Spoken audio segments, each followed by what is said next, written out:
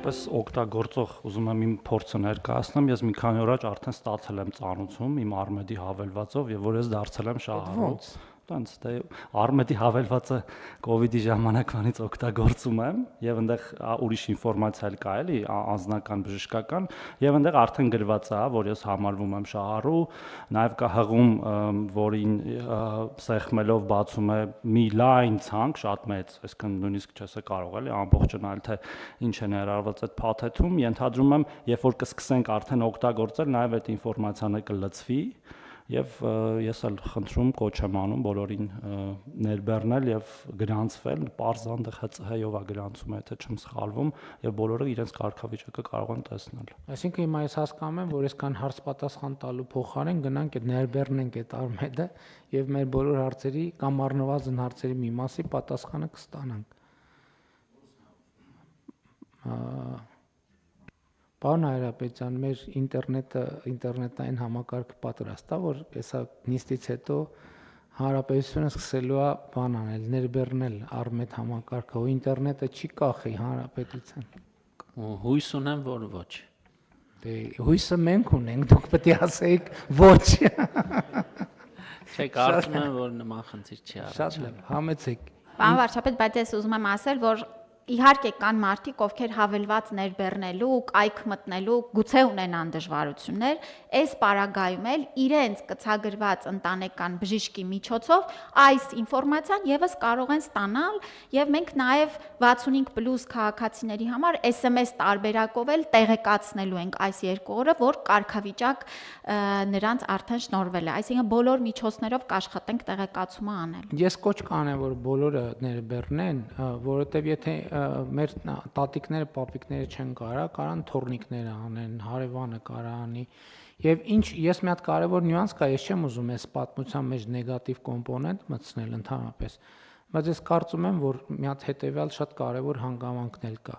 Արմեդի հավելվածի մեջ մեր անունով եւ մեզ համար ֆիքսված ամեն ծառայություն ֆիքսելու է։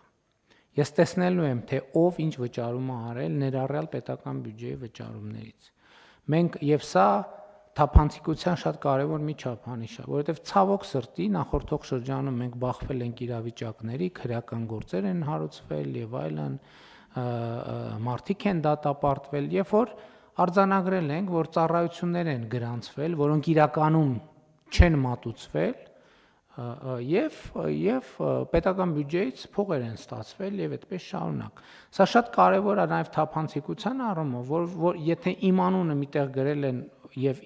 իբր ես ծառայություն եմ ստացել եւ դրա դիմաց պետբյուջեից փող է դուրս գրվել, մարդը կտեսնի։ Եվ երբ որ մարդը տեսնում է, որ մի րոպե ես ծառայությունը չեմ ստացել, իմ անունով գումար է դուրս գրվել, առնվազն գոնե կլինեն մարդիկ, ովքեր կհազանգեն, կասեն, ես ինչ գումար է իմ անունով դուրս գրվել։ Այսինքն սա էլ է մի հատ շատ կարևոր նրբություն, որը պետք է հաշվի առնել, նաև սա առողջության ապահովագրություն նաև հաշվետվողականության եւ թափանցիկության մի հատ լրացուցիչ գործոն է պետական բյուջեի ծախսերի նկատմամբ։ Հետևաբար, այսինքն հանրությունը ինքը կարող է վերահսկել առողջապահական համակարգի ծախսերի մի զգալի մասը առնվազն այս հատվածով։ Դրա համար սա էլ է երկակի նշանակություն ունեցող նախագիծ է, որը կարևոր է համարում ընդգծել։ Համեցեք։ Եվ մի փոքր լրացում, պարոն վարչապետ, քանի որ մեր նպատակն է, որ մենք մեր առողջությանը վերաբերվենք որպես ռեսուրս, այսինքն մի դեպոզիտային հաշիվ, մենք այդ անալոգները քննարկել ենք աշխատանքային քննարկումներում, եւ ինչպես մեր բանկային հաշիվն ենք միշտ դիտարկում, այս օգտահաշիվն էլ մեր ամբողջական առողջության պատմությունն է եւ պիտի մեզ հուշումներ տա նույն տարեկան զննումների մասին, պարտադիր սկրինինգային ծրագրերի մասին, այսինքն մեր առողջության մասին ամբողջական տեղեկատվությունը եւ դրա վարումը հենց այս գործիքի միջոցով պիտի արվի եւ մեր քաղաքացիներն էլ հենց ակտիվ մասնակիցն են իրենց առողջությանը հետևելու առումով։ Շատ լավ, եւ այնուամենայնիվ ամփոփելով, եթե այլ դիտարկումներ չկան, համեցեք։ Բոլոր դեպքերում ուզում եմ նշել, որ մտավախությունը ոչ այնքան ինտերնետ կապի հետ է կապված, այլ ավելի շատ միաժամանակյա մուտքերի հենց Արմեդ համակարգ։ Հետևաբար, ինչպես դուք նշեցիք, հունվարի 1-ից կոչ ենք անում անմիջապես չգրոհել բժշկական հաստատությունները, նաև հույս ունեմ, որ նիստին հաջորդող 1 ժամվա ընթացքում մուտքերը շատ չեն լինի եւ հենց ինքը համակարգը պատրաստ կլինի, որովհետեւ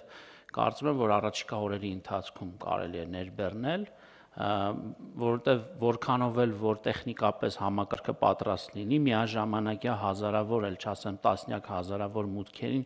շատ քիչ համակարգեր կան, որ կարող են դիմանալ։ Բացառապես սրանով Շատ լավ, դե կպայմանավորվենք 1,600,000 հոգով, ով որ ժամին ներբեռնում, դրանով հարցը կլուծենք։ Համեցեք, պարոն Գրիգոր։ Մի շատ հետաքրքիր բան կա, կարող է նույնիսկ հիմա տարօրինակ թվա, բայց շուտով շատ ռեալ է լինելու, այս համակարգում հիմա այս տրամաբանությունն է կառուցված, որ վաղը մյուս օրը առողջ ապրելակերպ վարող մարդը միավոր է հավաքելու, այդ միավորները օգտագործի որպես կարող է բարեկամին կամ ծնողին փոխանցելու հնարավորություն եւ արժեք։ Այսինքն գրոհել պետք չի։ Եթե չգրոհենք, այդ գրոհելն զուգահեռ բալանսում կա նաև միավորների կուտակման տրամաբանություն, այդ պատմությունը միևնույնն է, մի օր օգտագործվելու է։ Եվ մենք կարծում ենք, որ դա ամենալուրջ խթանն է լինելու, որպեսզի համակարգը բալանսավորված աշխատի։ Ու մենք այդտեղ ուրիշ գաղտնի դավադրություններ էլ ունենք մենք պահացել, շատ էլ որ չենք ասում։ Հետո հետագայում պարզվելու է ով է ծխում, ով չի ծխում, ով է առողջ ապրելակերպով զբաղվում, ով է առողջ, որովհետև հա, մենք պետքա գրոհենք առողջ ապրելակերպ, պետք է մարզասրահները գրոհենք, պետք է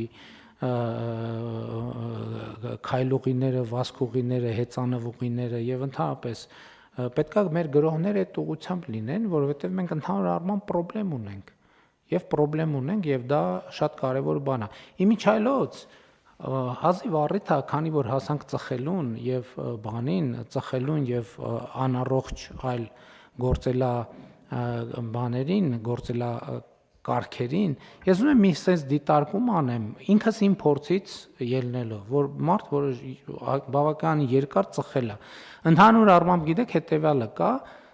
ծխող եւ ալկոհոլ օգտագործող մարդը ոնց է մտածում։ Ասենք նորմալ է, չէ՞, դե ասենք առնվազն ծխելը, հա, բայց հիմա նոր տարի է գալիս եւ այլն։ Մտածում է հետեւյալ կերպ, ասում է ծխելը հաճույք է, ալկոհոլ օգտագործելը հաճույք է եւ հետեւաբար ես ինչի պետքա ինքս ինձ այդ հաճույքից զրկեմ։ Իսկ իրականության մեջ հաճույք է չծխելը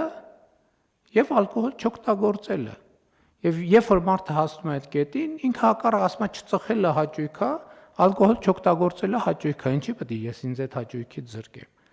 Հետևաբար այստեղ շատ կարևոր է ընդհանրապես ցանկացած բանի համար հայեցակարգը, նարատիվը, տեքստը, որը դրած է այդ գործողության տակ, շատ կարևոր է։ Գործողությունը չի փոխվում այնքան ժամանակ, մինչև տակի տեքստը, այսինքն սոֆտը, ծրագիրը չի փոխվում։ Եվ հետևաբար, այո, ձեր նշածը, որ մենք նաև առողջ ապրելակերպը ոչ թե պետք է ինքը նաև դառնա շահավետ, որը պետք է արտահայտված լինի կոնկրետ բոնուսներով, կոնկրետ հնարավորություններով եւ այլն եւ այդպես շարունակ, որովհետեւ մենք հիմա ասենք 200 միլիարդ ենք ծախսում, 200 միլիարդ ծախսում ենք առողջության ապահովագրության համակարգի վրա, այդ ծախսը ավելանալու է, դառնալու է 250 միլիարդ, 300 միլիարդ եւ այլն, միջև գա հասնի մի բալանսի կետի, բայց ուրիշ խնդիր կա, այդ բալանսի կետին հասնելուց մենք պետք է մտածենք հետեւյալը. Ինչի մենք, եթե մենք 50 միլիարդ լրացուցիչ դրամ պետքա ծախսենք, որպեսզի մարդուն բուժենք, մենք գուցե 50 միլիարդ կամ 40 միլիարդ կամ 10 միլիարդ ուղղենք նրա, որ մարդը չհիվանդանա։ Փորձենք այդ տեքստերը, բանաձևերը, առողջ ապրելակերպ եւ այլն, դարձնենք ցույց տանք մարդուն, որ դա ավելի հաճելի է, քան թե այն ինչ որ մեզ թվում է, թե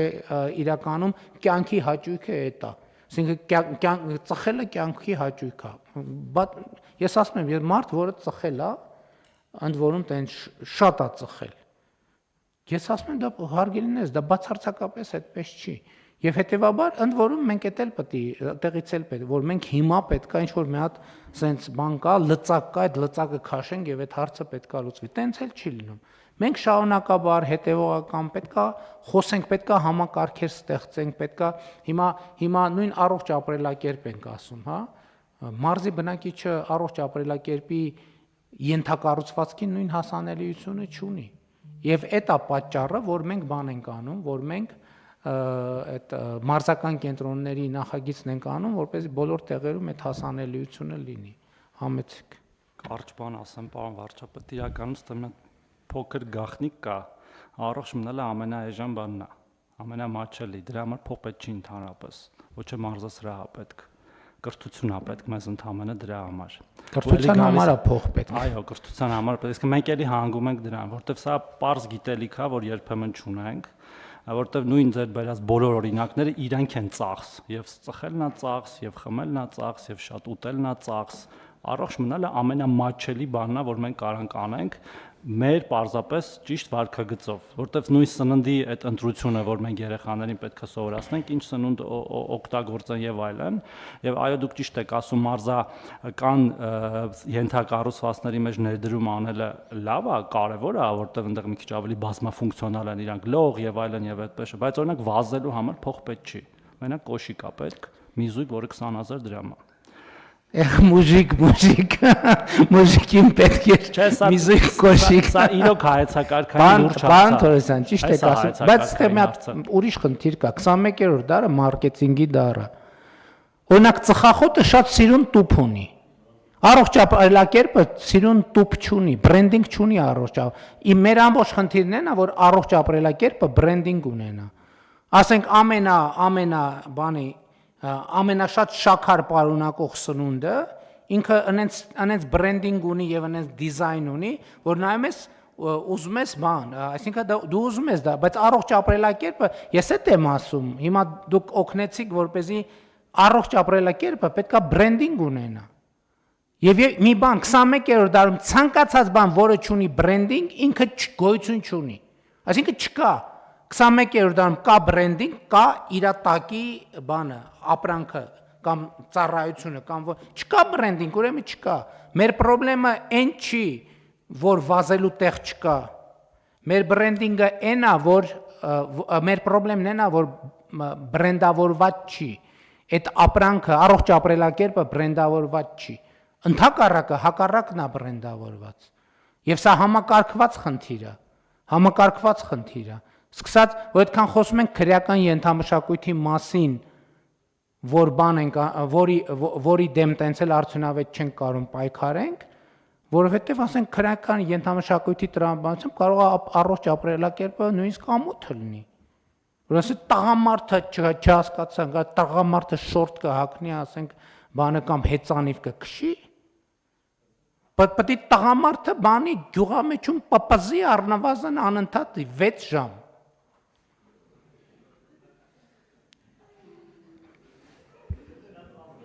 Չէ, ծիծաղում ենք, բայց մենք սրա ազդեցությունը չենք գնահատում։ Գյուղամեջ, իմիջայլոց ասեմ, գյուղամեջ եմ ասում, բայց Երևանի թաղերում հազարավոր գյուղամեջեր կան։ Տենց։ Եվ մենք պետք է խոսենք սրա մասին, հասկանում եք, մեծագույն խնդիրն է, որ մեր իրականության մեջ այս ամեն ինչի մասին խոսալը ընդունված չի, որովհետև խոսալու բաներ կան, որ դրա մասին ո՞նց կարելի է խոսալ։ Կամ դրա մասին ո՞նց կարելի է կառավարության մակարդակով, ո՞նց կարելի է կառավարության նիստին դրա մասին խոսալ։ Կառավարությունը այնտեղն է եւ կառավարության նիստն է, որը ինչի մասին չխոսվեց ստեղ, այդ նշանակում է այդ հարցը չի լուծվելու։ Այդ նշանակում է այդ խնդրեմը շարունակելու է գոյություն ունենալ։ Եվ հետեւաբար այո, ինչ որ ասում եք համաձայն եմ, բայց առողջ ապրելակերպը պարտվում է, որովհետեւ մյուսները իրանց բրենդինգի վրա դնում են միլիարդներ, ֆորմալ եւ ոչ ֆորմալ բրենդինգի վրա դնում են միլիարդներ, առողջ ապրելակերպի բրենդինգը կոտրելու համար դնում են միլիարդներ, որովհետեւ այդքան արախ պետք է ծախվի, այդքան ծխախոտ պետք է ծախվի, ել չեմ ասում այդքան դեղ պետք է ծախվի, բա որ չհիվանդանանք դեղը որտեղ ծախվի, ով պետք է առնի այդ դեղը։ Եվ այլն եւ այդպես շարունակ։ Հետեւաբար հիմա այս խնդիրը կառավարությունն է այն մարմինը, որը ունի շահագրգռություն բրենդավորելու, գրավիչ դարձնելու առողջ ապրելակերպը։ Մի քանի հատ էլ կարող է ոլորտի պրոֆեսիոնալ ընկերություններ, որոնք մեր հնայի մեջ 0.0000000 1% են կազմում։ Հետևաբար կառավարությունն է այն սուբյեկտը, որը պետքա բրենդավորի առողջ ապրելակերպը եւ մեր համապատասխան առաջինը ԿԳՄՍ-ն եւ առողջապահության նախարարությունը կառավարության մյուս օղակների հետ։ Եկեք բրենդավորենք առողջ ապրելակերպը։ Հիմա մենք որ վարչապետի գավաթ ենք անում, ինչի համար ենք անում։ Մարդել կա կարասի, այդ չհասկացած, երկրի վարչապետը պարա, պա գնում նստում նայում, թե ոնց են երեխեքը լողում, գնում նստում նայում, թե ոնց են երեխեքը թենիս։ Դա բրենդավորման այդ բանի մասա, որը մենք հələ շատ նախնական, շատ բան տնայնագործական ենք անում։ Դա պետքա գնալով դառնա ավելի ու ավելի պրոֆեսիոնալ։ Եվ հետեւաբար առողջ ապրելակերպի բրենդինգը դառնում է մեր առաջիկա կարևոր անելիքը, մանավանդ որ մենք ենթակառուցվածքները արդեն շատ թե քիչ ստեղծել ենք։ Շատ թե քիչ ստեղծել ենք եւ մեր սպորտի զարգացման ռազմավարությամբ, առողջապահության զարգացման ռազմավարությամբ, այո ճանապարհներով եւ այլն, որտեղ վազելու համար էլ է տեղ պետք։ Կանաչ գոտիների, զբոսայգիների բանով եւ այդ էլի մի քանի նախագծեր կան, որ ներկայացվել են, ես նախնական հավանություն եմ տվել այդ նախագծերին, այդ ամեն ինչը պետք է բան անենք։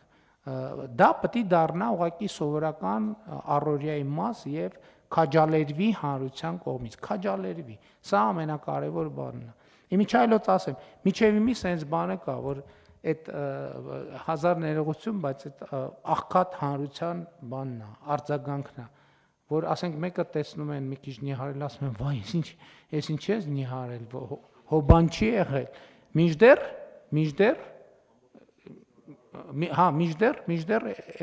այսօր մարդիկ նախ բանը ավելորդ քաշը գլոբալ պրոբլեմա, երեխաների շրջանում ավել քաշը գլոբալ պրոբլեմա, որը հասուն տարիքում բերելու է արդեն շատ լուրջ առողջական խնդիրների, բայց մյուս կողմից է մենք բոլորս այդ խնդրեմը ունենք։ Հələ մենք ինչքան նիհարում ենք, պետք է 5 անգամ, չէ, բայց էական 5 անգամ շատ ասեցի։ Լավ, որ հասնենք նորմատիվային բանի, քաշերի, բայց այնուամենայնիվ սա շատ երկար թեմա է, շատ չշեղվենք առողջության համընդհանուր ապահովագրության համակարգ հետ կապված փաթեթն ենք այսօր ընդունում եւ էդ էլ ասեմ, ես ինչքան էլ ասեմ Mercedes, Zaporozhets պատրաստ, մենք պատրաստ ենք, իմ գնահատականն է նա, որ մենք պատրաստ ենք եւ մենք փուլային ենք պատրաստվել, ես ուզում եմ հիշեցնել, որ մենք չնայած 2024 թվականի հունվարի 1-ին բանը չարեցինք ապահովագրությունը, բայց մենք օֆերտայի համակարգը ներդնեցինք, որը մի հատ էսպիսի էլի բան առաջացրեց, տենց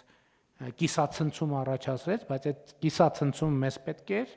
որպես միջանկյալ վիճակ առողջության ապահովագրության համակարգին անցնելու։ Այնպես որ առաջարկում եմ քվեարկել, եթե այլ դիտարկումներ չկան իհարկե։ Համեցեք։ Շնորհակալություն, պարոն վարչապետ։ Տիկին Անոնեսյան, այն խումբը, որ 200,000 դրամից բարձր աշխատավարձ է ստանում, ու ոնց հասկացա, եկամտահարկից է վճարվելու այդ գումարները, ուզում եի հասկանալ, որ օգտվում ես եկամտահարկի հետ վերադարձից այդ ժամանակ ոնց է այդ տեղի ունենալու, օգտվելու ես ու ապահովագրությունից, թե ոչ։ Թե ճիշտ չեմ հասկացել, եկամտահարկից չի վճարվում։ Չէ, այսպես է, կախված աշխատավարձի չափից 200-ից 500,000 դրամ աշխատավարձ ստացողների համար պետությունը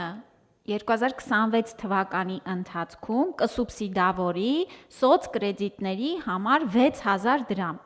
Գործատուի համար վճարվող հատվածը մնում է 4,800 դրամ, որից 4,500 դրամը կվճարի զինապահի խնայողության հաշվին, մնացած 300 դրամը կպահվի արդեն աշխատավարձից։ 500-ից 1 միլիոն դրամ աշխատավարձ ստացողների համար նրանք 3,300 դրամի չափ է մնում աշխատավարձից պահումը եւ դա հաջորդ տարի կարող են այո եկամտահարկի վերադարձի շրջանակում սոցկրեդիտով հետ վերադարձ ստանալ։ Հնչեց ձեր հարցի պատասխանը։ Շատ լավ, այլ հարցեր։